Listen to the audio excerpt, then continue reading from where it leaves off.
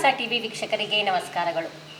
ಇಂದಿನ ಮುದ್ರಾಯೋಗದ ಸಂಚಿಕೆಯಲ್ಲಿ ನಾನು ತಿಳಿಸ್ಕೊಡ್ತಾ ಇರೋವಂಥ ಮುದ್ರೆ ಯಾವ ರೋಗಕ್ಕೆ ಯಾವುದಕ್ಕೆ ಅನ್ನೋದಾದರೆ ವೆರಿಕೋಸ್ ವೇನ್.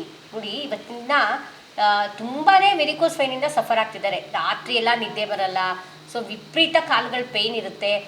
ಆ ಕಾಲುಗಳಲ್ಲಿ ಯಾವ ರೀತಿ ಆಗಿರುತ್ತೆ ಅಂದರೆ ನರಗಳು ಮರಗಟ್ಟಿದಂತೆ ಆಗಿರುತ್ತೆ. ನರಗಳು ಬಾಹುವಿನ ಅಂದರೆ ಊತ ಬಂದಂಗೆ ಇರುತ್ತೆ. ಅದೇ ರೀತಿಯಾಗಿ ಕಾಲುಗಳಲ್ಲಿ ನರಗಳು ಕಾಣಿಸ್ಕೊತಾ ಇರುತ್ತೆ, ಗ್ರೀನ್ ಕಲರ್ ನರಗಳು. ಅದು ಯಾವ ರೀತಿ ಪೇಯ್ನ್ ಇರುತ್ತೆ ಅಂದರೆ ವಿಪರೀತ ಪೇಯ್ನಿಂದ ಕೂಡಿರುತ್ತದೆ.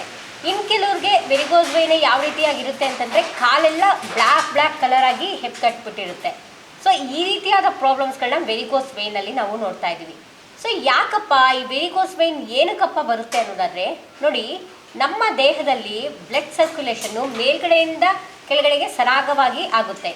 ಏನಂದರೆ ಟೋಟಲ್ ಆಗಿ ನಮ್ಮ ಬಾಡಿಯಲ್ಲಿ ಬ್ಲಡ್ ಸರ್ಕ್ಯುಲೇಷನ್ ಆಗ್ತಾ ಇರುತ್ತೆ. ಮೇಲಿಂದ ಕೆಳಗಡೆ, ಯಾಕಂದರೆ ಆ್ಯಂಟಿ ಗ್ರಾವಿಟಿ ಆಗಿ ಅದು ಮೇಲಿಂದ ಕೆಳಗಡೆವರೆಗೂ ಫ್ಲೋ ಆಗುತ್ತೆ. ಬಟ್ ಅದೇ ರೀತಿಯಾಗಿ ಕೆಳಗಡೆಯಿಂದ ಮೇಲೂ ಬ್ಲಡ್ ಅನ್ನೋದು ಫ್ಲೋ ಆಗಬೇಕು. ಅದಕ್ಕೆ ನೋಡಿ, ಈ ಮೀನಖಂಡಗಳನ್ನ ಎರಡನೇ ಹೃದಯ ಅಂತಂದ್ಬಿಟ್ಟು ನಾವು ಹೇಳ್ತೀವಿ. ಯಾಕಂದರೆ ಬ್ಲಡ್ನ ಮೇಲ್ಗಡೆಗೆ ಪಂಪ್ ಮಾಡುವಂಥದ್ದು ಮೀನಖಂಡಗಳೇ ಆಗಿದೆ. ಹೀಗಿರುವಾಗ ಈ ರೀತಿಯಾಗಿ ಬ್ಲಡ್ನ ಪಂಪ್ ಮಾಡುವಲ್ಲಿ ಏನಾದರೂ ಅಂದರೆ ಕೆಳಗಡೆಯಿಂದ ಮೇಲ್ಗಡೆಗೆ ರಕ್ತ ಪರಿಚಲನೆ ಆಗುವುದರಲ್ಲಿ ಕುಂಠಿತವಾದಾಗ ಏನಾಗುತ್ತೆ ಅಂದರೆ ಆ ಒಂದು ಬ್ಲಡ್ ವೇನ್ಸ್ಗಳಲ್ಲಿ ಕಾಣಿಸ್ಕೊಳ್ಳುವಂತಹ ಒಂದು ಊತ ಆಗಿರ್ಬೋದು. ಈ ಒಂದು ಪೇಯ್ನ ಏನು ಹೇಳ್ತೀವಿ ಅಂತಂದರೆ ವೆರಿಕೋಸ್ ವೇನ್ ಅಂತಂದ್ಬಿಟ್ಟು ನಾವು ಹೇಳ್ತೀವಿ.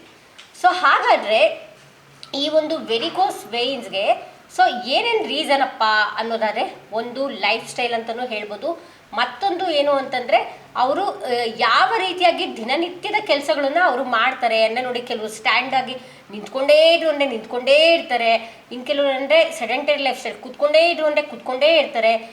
ಈ ರೀತಿಯಾಗಿದ್ದಾಗ ಏನಾಗುತ್ತೆ ಅಂದರೆ ಬ್ಲಡ್ ಸರ್ಕ್ಯುಲೇಷನ್ ಅನ್ನೋದು ನಿರಂತರವಾಗಿ ಕೆಳಗಡೆಯಿಂದ ಮೇಲ್ಗಡೆ ಚಲನೆ ಆಗೋದಕ್ಕೆ ಸಾಧ್ಯ ಆಗಲ್ಲ. ನಮ್ಮ ಬಾಡಿ ಯಾವಾಗ ಆ್ಯಕ್ಟಿವ್ ಆಗಿರಲ್ವೋ ಆಗ ಏನಾಗುತ್ತೆ ಅಂದರೆ ನಮ್ಮ ಬಾಡಿ ಒಳಗಡೆ ಈ ಬ್ಲಡ್ ಸರ್ಕ್ಯುಲೇಷನ್ ಅನ್ನೋದು ಸರಾಗವಾಗಿ ಆಗೋದಕ್ಕೆ ಸಾಧ್ಯ ಆಗಲ್ಲ. ಇದರಿಂದ ಏನಾಗುತ್ತೆ ಅಂತಂದರೆ ವೆರಿಕೋಸ್ ವೇನ್ಸ್ ಕಾಣಿಸ್ಕೊಳ್ಳೋ ಚಾನ್ಸಸ್ ಇದೆ. ಅದೇ ರೀತಿಯಾಗಿ ಇನ್ನು ಯಾವ್ಯಾವ ರೀಸನ್ ಅಂದರೆ ಆಹಾರ ಪದ್ಧತಿ, ಉತ್ತಮವಾದ ವಿಟಮಿನ್ಸ್ಗಳು, ಈ ಒಂದು ವಿಟಮಿನ್ಸ್ಗಳ ಒಂದು ಉತ್ತಮ ಒಂದು ಆಹಾರ ಕ್ರಮ ಆಗಿರ್ಬೋದು, ಹಾಗೆ ಪ್ರೋಟೀನ್ಗಳ ಕೊರತೆ ಆಗಿರ್ಬೋದು. ಇದೆಲ್ಲನೂ ಕೊರತೆ ಇದ್ದಾಗ್ಲೂ ಏನಾಗುತ್ತೆ ಅಂತಂದರೆ ಅಲ್ಲಿನ ಒಂದು ಇದು ವೀಕ್ ಆಗಿಬಿಟ್ಟು ನೆಕ್ಸ್ಟ್ ಅವ್ರಿಗೆ ವೆರಿಕೋಸ್ ವೇನ್ಸ್ ಬರೋ ಚಾನ್ಸಸ್ ಸಹ ನಾವು ನೋಡ್ತಾ ಹೋಗ್ತೀವಿ. ಅದೇ ರೀತಿಯಾಗಿ ಸಮ್ಟೈಮ್ಸ್ ಏನಾಗುತ್ತೆ ಅಂದರೆ ಜೀನ್ಸಿಂದನೂ ಇದು ಕ್ಯಾರಿ ಆಗೋದನ್ನು ನಾವು ನೋಡ್ತೀವಿ, ಅಂದರೆ ವೆರಿಕೋಸ್ ವೇನ್ ಅನ್ನೋದು. ಈ ರೀತಿಯಾದ ಎಲ್ಲ ರೀಸನ್ಸ್ಗಳಿಂದನೂ ನಾವು ವೆರಿಕೋಸ್ ವೇನ್ ಬರೋದು ನಾವು ನೋಡಬಹುದು. ಅತಿಯಾದ ವೆರಿಕೋಸ್ ವೇನ್ಸ್ ತಡ್ಕೊಳ್ಳೋಕ್ಕೆ ಆಗಿಲ್ಲ ಅಂತಂದಾಗ ಏನಾಗುತ್ತೆ ಅಂದರೆ ಆಪರೇಷನ್ಸ್ ಆಗಿರ್ಬೋದು, ಸರ್ಜರೀಸ್ ಆಗಿರ್ಬೋದು, ಈ ಥರದಕ್ಕೆಲ್ಲ ಹೋಗೋದನ್ನು ನಾವು ನೋಡ್ತೀವಿ. ಆದರೆ ವೆರಿಕೋಸ್ ವೇನ್ಸಿಂದ ನಾವು ರಕ್ಷಣೆ ಹೊಂದಬೇಕು, ವೆರಿಕೋಸ್ ವೇನ್ಸ್ ಪೇಯ್ನಿಂದ ನಾವು ರಕ್ಷಣೆ ಹೊಂದಬೇಕಪ್ಪ ಅಂತಂದರೆ ಯೋಗ, ಹಾಗೆ ಪ್ರಾಣಾಯಾಮ, ಹಾಗೆ ಮುದ್ರೆಗಳಲ್ಲಿ ಖಂಡಿತ ಸಾಧ್ಯ ಇದೆ.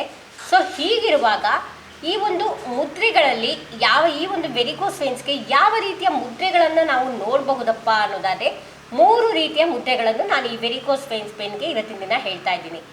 ಯಾವುದಪ್ಪ ಈ 3 ಮುದ್ರೆಗಳು ಅಂತ ಅನ್ನೋದಾದರೆ, ಮೊದಲನೇದಾಗಿ ಯಾವ ಮುದ್ರೆ ಅಂತಂದರೆ ಅಪಾನ ಮುದ್ರೆ. ಎರಡನೇದಾಗಿ ಯಾವುದಪ್ಪ ಅಂತಂದರೆ ಅದು ರುದ್ರ ಮುದ್ರೆ ಅಂತಂದ್ಬಿಟ್ಟು ಹೇಳ್ಬೋದು. ಅದೇ ರೀತಿಯಾಗಿ ಮತ್ತೆ ಮೂರನೆಯದಾಗಿ ಯಾವುದಪ್ಪ ಮುದ್ರೆ ಅನ್ನೋದಾದರೆ ಅದು ವಜ್ರ ಮುದ್ರೆ. ಯಾಕಪ್ಪ ಈ 3 ಮುದ್ರೆಗಳನ್ನೇ ತೊಗೊಂಡಿದ್ದೀನಿ ಅನ್ನೋದಾದರೆ, ನೋಡಿ, ಮೊದಲನೇದಾಗಿ ಏನಾಗುತ್ತೆ ಅಂತಂದರೆ ಮೊದಲನೇದಾಗಿ ಈಗ ನಾವು ವಜ್ರ ಮುದ್ರೆನ ತೊಗೊಳೋಣ. ವಜ್ರ ಮುದ್ರೆಯ ಒಂದು ವಿಶೇಷತೆ ಏನಪ್ಪ ಅಂತಂದರೆ ನಮ್ಮ ದೇಹನ ಎಲ್ಲ ರೀತಿಯಲ್ಲೂ ಸ್ಟ್ರಾಂಗ್ ಮಾಡೋದು. ಹಾಗೆ ವಜ್ರದ ಪ್ರತೀಕ ಏನಪ್ಪ ಅಂತಂದರೆ ಅದು ಡೈಮೆನ್ಷನ್ ರೂಪದಲ್ಲಿ ಏನಾಗುತ್ತೆ ಅಂತಂದರೆ ಅದು ಒಳಗೊಂಡಿದೆ ವಜ್ರ ಅನ್ನೋದು. ಅದೇ ರೀತಿಯಾಗಿ ನಮ್ಮ ದೇಹದಲ್ಲಿರುವಂಥ ಪ್ರತಿ ಡೈಮೆನ್ಷನ್ಗೂ ಪ್ರಾಣವಾಯುವನ್ನು ಕೊಡೋದ್ರಲ್ಲಿ ಈ ಒಂದು ವಜ್ರ ಮುದ್ರೆ ಅನ್ನೋದು ಸಹಾಯಕಾರಿಯಾಗಿದೆ. ಅದೇ ರೀತಿಯಾಗಿ ಮತ್ತೊಂದು ಅಪಾನ ಮುದ್ರೆ. ಅಪಾನ ಮುದ್ರೆ ಏನಪ್ಪ ಅಂತಂದರೆ ನಮ್ಮಲ್ಲಿರುವ ಪಂಚವಾಯುಗಳಲ್ಲಿ ಅಪಾನ ವಾಯು ಸಹ ಒಂದಾಗಿದೆ. ಅದು ಏನಾಗುತ್ತೆ ಅಂತಂದರೆ ಸಮಾನ ವಾಯು ಆದ ನಂತರ ಏನಾಗುತ್ತೆ ಅಂದರೆ ಹೊಟ್ಟೆಯ ಭಾಗದ ಕೆಳಗಡೆ ಈ ಗುದ ಸಮೀಪದಲ್ಲಿ ಬರುವಂತಹ ವಾಯು ಈ ಅಪಾನ ವಾಯು ಆಗಿದೆ. ಯಾವಾಗ ಅಪಾನ ವಾಯುವಿನಲ್ಲಿ ನಾವು ಸಮತೋಲನ ತಂದಾಗ ಆಗುತ್ತೆ ಅಂದರೆ ಅದರ ಕೆಳಗಡೆ ಇರುವಂಥ ಎಲ್ಲವನ್ನು ನಿಯಂತ್ರಿಸುವುದು ಎಲ್ಲನೂ ಅಪಾನ ವಾಯುವಿನ ಅಂಡರಲ್ಲೇ ಬರುತ್ತೆ. ಹಾಗಾಗಿ ಅಪಾನ ಮುದ್ರೆ ಅನ್ನೋದನ್ನು ಸಹ ನಾನು ವೆರಿಕೋಸ್ ವೇನ್ಸ್ಗೆ ನಾವೊಂದು ಪರಿಹಾರ ಅಂತಂದ್ಬಿಟ್ಟು ನಾವು ಹೇಳಬಹುದಾಗಿದೆ. ಅದೇ ರೀತಿಯಾಗಿ ರುದ್ರ ಮುದ್ರೆ ಏನಪ್ಪ ವಿಶೇಷ ಅನ್ನೋದಾದರೆ ನೋಡಿ, ರುದ್ರ ಮುದ್ರೆ ಅನ್ನೋದು ವೇನ್ಸ್ಗಳಾಗಿರ್ಬೋದು, ಸೊ ಹರಿತಾ ಇರೋ ರಕ್ತದಲ್ಲಾಗಿರ್ಬೋದು, ಇದು ಎಲ್ಲದರಲ್ಲೂ ಏನಾಗುತ್ತೆ ಅಂತಂದರೆ ಪ್ರಾಣಶಕ್ತಿನ ಹರಿಸೋದಕ್ಕೆ ರುದ್ರ ಮುದ್ರೆ ಅನ್ನೋದು ಸಹಾಯಕಾರಿಯಾಗಿದೆ. ಸೊ ಅದೇ ರೀತಿಯಾಗಿ ಏನಾಗುತ್ತೆ ಅಂದರೆ ಪೇಯ್ನ್ ಕಡಿಮೆ ಮಾಡೋದಕ್ಕೂ ಈ ರುದ್ರ ಮುದ್ರೆ ಅನ್ನೋದು ಸಹಾಯಕಾರಿಯಾಗಿದೆ. ಸೊ ಹಾಗಾಗಿ ಈ 3 ಮುದ್ರೆಗಳನ್ನು ಹೇಗೆ ಮಾಡೋದು ಅನ್ನೋದನ್ನ ನೋಡೋಣ ಬನ್ನಿ. ನೋಡಿ, ಮೇಯ್ನಾಗಿ ವೆರಿಕೋಸ್ ವೇನ್ ಇರೋರು ತುಂಬ ಗಾಬರಿ ಆಗೋದು ಬೇಡ. ಪೇಯ್ನ್ ಬರ್ತಾ ಇರೋದನ್ನ ತುಂಬಾ ಪೇಯ್ನ್ ಇತ್ತು ಅಂದರೆ ಪೇಯ್ನ್ ಕಿಲ್ಲರ್ ತೊಗೊಳ್ಳಿ. ಆದಷ್ಟು ಏನಾಗುತ್ತೆ ಅಂತಂದರೆ ಆಹಾರ ನಿಮ್ಮ ಏನಂದರೆ ವಾಕಿಂಗ್ ಆಗಿರ್ಬೋದು, ಹಾಗೆ ನಿಮ್ಮ ಕಾಲುಗಳನ್ನು ಸ್ವಲ್ಪ ಮೇಲ್ಮಟ್ಟದಲ್ಲಿ ಇಟ್ಕೊಂಡು ಮಲಗೋದಾಗಿರಬಹುದು. ಸೊ ಈ ರೀತಿ ಎಲ್ಲ ಮಾಡಿದಾಗ ಏನಾಗುತ್ತೆ ಅಂದರೆ ಸ್ವಲ್ಪ ಕಡಿಮೆ ಪ್ರಮಾಣದಲ್ಲಿ ನೀವು ಪೇಯ್ನ ಅನುಭವಿಸ್ಬೋದಾಗಿದೆ. ಸೊ ಹೀಗಿರುವಾಗ ಅದ್ರ ಜೊತೆಗೆ ಮುದ್ರೆ ಮತ್ತು ನಿಮ್ಮ ಮನಸ್ಸನ್ನು ಚೆನ್ನಾಗಿ ಇಟ್ಕೊಂಡ್ರೆ ಅಂದರೆ ವೆರಿಕೋಸ್ ವೇನ್ಸಿಂದ ಆರಾಮಾಗಿ ಆಚೆ ಬರಬಹುದು ಅಂತ ಹೇಳ್ಬೋದು. ಸೊ ಹಾಗಾಗಿ ಮುದ್ರೆಗಳು ಯಾವ ರೀತಿ ಮಾಡೋದು ಅಂತ ನೋಡೋಣ ಬನ್ನಿ. ಮೊದಲಿಗೆ ವಜ್ರ ಮುದ್ರೆನ ನಾವು ನೋಡೋಣ. ಸೊ ಹಾಗಾಗಿ ವಜ್ರ ಮುದ್ರೆ ಹೇಗಪ್ಪ ಮಾಡೋದು ಅನ್ನೋದಾದ್ರೆ ನಾನು ಹಿಂದಿನ ಅನೇಕ ಸಂಚಿಕೆಗಳಲ್ಲಿ ತೋರಿಸಿದ್ದೀನಿ.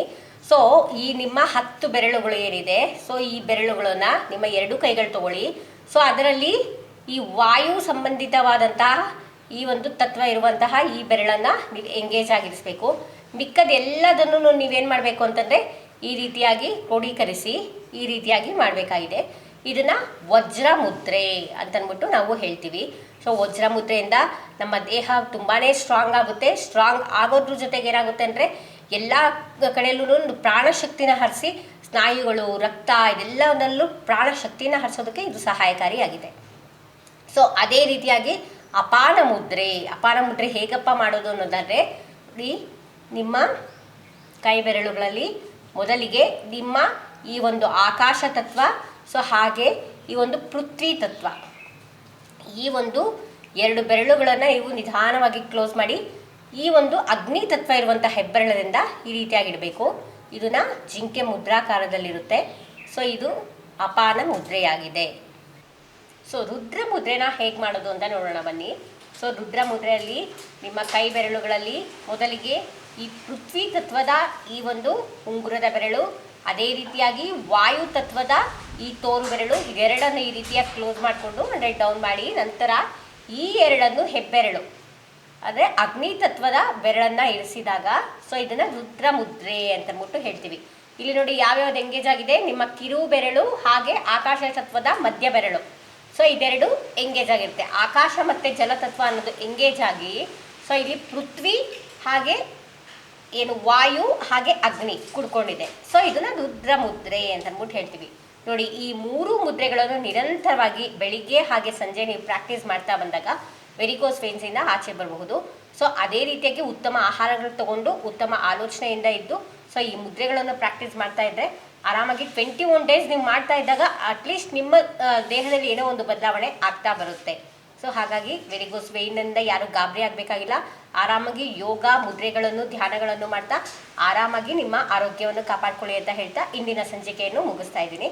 ಸೊ ನಮ್ಮ ಚಾನಲ್ನ ಸಬ್ಸ್ಕ್ರೈಬ್ ಮಾಡೋದು ಹಾಗೆ ಲೈಕ್ ಮಾಡೋದು ಫಾಲೋ ಮಾಡೋದು ಮರಿಬೇಡಿ ಅಂತ ಹೇಳ್ತಾ ಇಲ್ಲಿಗೆ ಸಂಚಿಕೆ ಮುಗಿಸ್ತಿದ್ದೇನೆ. ನಮಸ್ಕಾರ.